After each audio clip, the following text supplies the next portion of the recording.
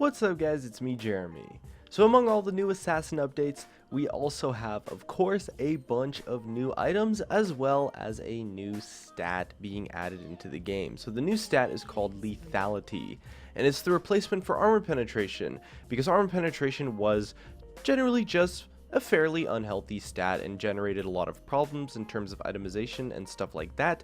We've also got 5 new items, as you can see in my inventory, so that's going to be pretty cool to take a look at.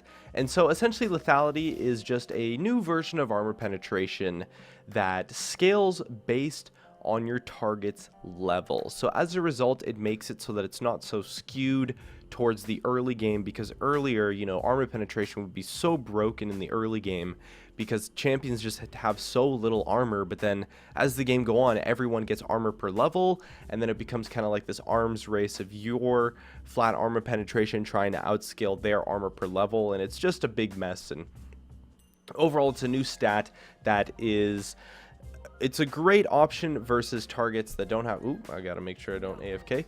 It's a great stat for targets against armor item, or for targets without armor items. So against like 80 carries and your squishies, essentially just the ones you want to assassinate. So it's a great stat for assassins, but it's a new version that is a lot more healthy for opponents to face, and just something that's going to be a lot more reliable in general. Now, it's probably not as powerful in the early game, not as snowbally, but as a result, in general, it's definitely something that is a good change overall. It's something that I'm very excited for. So as far as changes to existing items, we'll take a look at those first. We've got the Duskblade of Drakthar first. So after being unseen for at least 1 second, your next basic attack will deal 50 plus 200% lethality true damage on hits. So if you have this item, that's going to give you 20 lethality, so that'll deal 90 true damage on hit. And it also has a unique passive of gaining true sight for 8 seconds when spotted by an enemy ward, which is a pretty interesting one. It's something that's going to allow you to clear wards just kind of at random, but it's going to be a pretty interesting way, a nice little tool for assassins to just have that little extra piece of, vision removal and allow them to pull off some ganks more often. So this is going to be probably a really powerful item coming into the new assassin reworks in general. I mean, those passives are just awesome. As well, we've got some changes to Youmuu's, so just of course the lethality change. The active didn't really change all that much, mostly just changing to lethality. And as well, we have armor penetration is removed from Maw of Malmortius, so that's a pretty significant change to that one, just as a heads up. And we've also got some changes to the support items. So Aegis no longer has an aura on it, just because the Aegis aura was just something that was ridiculously powerful and was too much to balance for. So Locket's a lot cheaper as a result, stuff like that. Pretty much all the items building out of Aegis are going to be a lot cheaper. And let's jump into the new items. So the new items, we've got Edge of the Night, which is a pretty interesting one, a new assassin item. So 60 attack damage, 35 magic resistance. So it's probably the new alternative for Maw of Malmortius. You get your 20 lethality, you get your 20 movement speed out of combat, and it has an active that allows you to channel to grant a spell shield. And the spell shield lasts for 10 seconds, and the active has a cooldown of 30 seconds. Now, if you take a look at this item when you use it, you can use it while moving, and it just gives you a nice little spell shield, which is pretty awesome to see. A great counter to mages when you're playing as an assassin. And in addition, with the new lethality stat, we also have this other new assassin item, which is the Poacher's Dirk, which is kind of like a weird version of the Serrated Dirk. So the Serrated Dirk, of course, is just as you would expect with the lethality change. Same item though. But the Poacher's Dirk gives you 15 attack damage, 20 movement speed out of combat, and essentially, so after poaching 3 large monsters from the enemy jungle, so if you counter jungle 3 large camps, the item transforms into a Serrated Dirk. So we're going to be taking a look, and I'll start heading over to the enemy jungle now, so you guys can see that in action. We've also got some support item changes as well. 2 new support items that are actually really cool to see.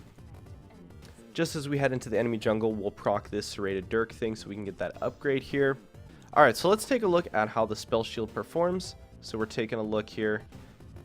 We use the spell shield, and it just blocks the ability completely, just like you would expect from a regular old spell shield. Pretty straightforward, not too complicated or anything like that. But the key thing that I think is really crazy is the fact that it has a 30-second cooldown. Now that is very interesting. That's something that's going to make this item a powerhouse. Definitely a must-buy versus AP matchups, versus especially burst damage heavy matchups.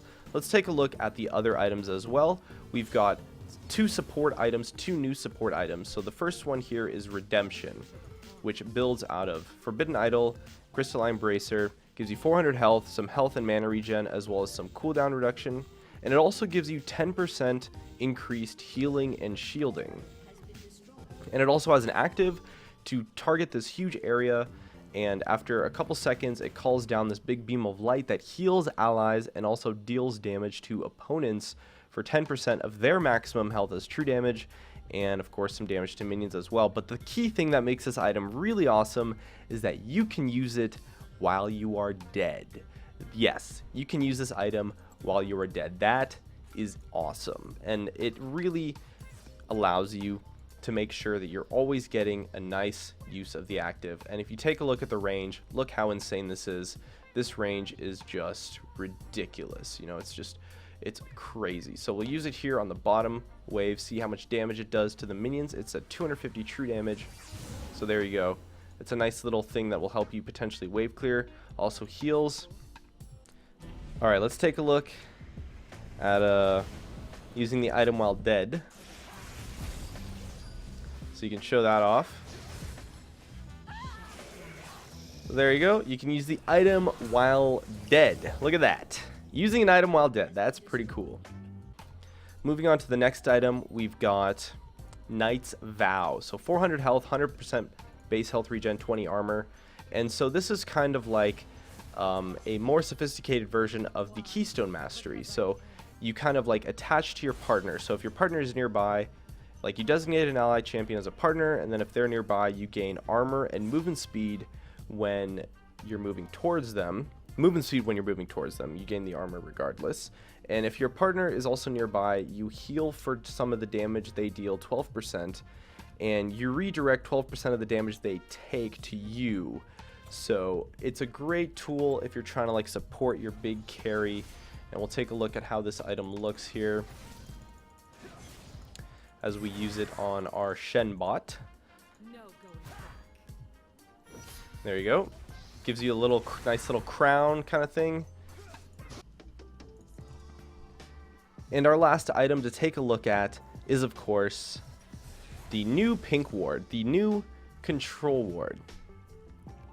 And of course, so our last item to take a look at is the new control ward, which is the new version of the pink ward, which allows you to reveal and disable nearby enemy wards and traps. It also reveals camouflaged units, but it does not reveal enemies that are invisible. So if I use the ward on Kha'Zix and he uses his ultimate, it will not reveal him.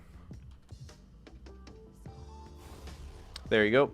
As you can see, the ward does not actually reveal Kha'Zix's ultimate, which is pretty much the biggest change. You know, it doesn't reveal versions of invisibility, but it does reveal camouflage, so it will reveal Rengar in stealth and Evelynn in stealth, which are the two main champions.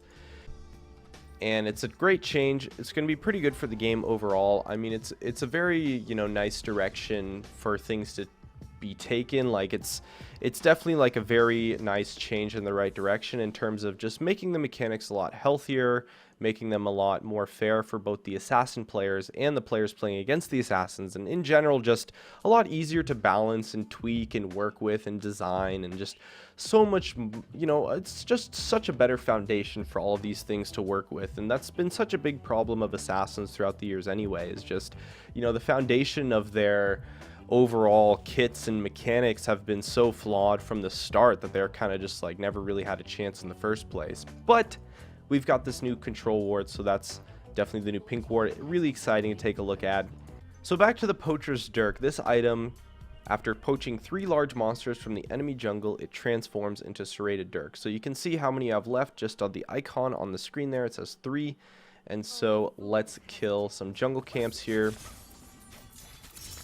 don't really have the most, the highest damage scaling build of Katarina as far as our itemization goes, because we're checking out the new items, but we can still take the jungle camps just fine because it's pretty late into the game. And if you see that now, if this item went on cooldown and is now has a 2 next to it, so you can see there's 2 camps left, and it has a 60-second cooldown, so we'll take those camps in just a moment. Alright, so now this is going to be our second jungle camp that we're taking a look at, showing off the Poacher's Dirk upgrading into the Serrated Dirk.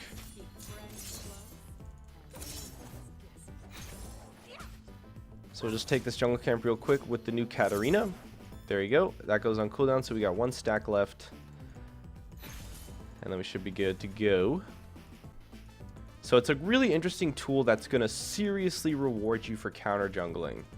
And it's something that is going to be a very interesting item, an itemization choice that is potentially going to be very useful or just very rewarding for champions that want to counter jungle in general. And it's potentially something that I'm going to try out, see maybe assassin jungles work with, and because it's really cool. I mean, you can honestly probably take it in lane. Like, it's the kind of thing that you can just steal camps, you know, periodically throughout the laning phase, right? If you kind of have like a strategy. So it's a really strategical and just super interesting item. And as you can see, it just upgrades straight up into a Serrated Dirk.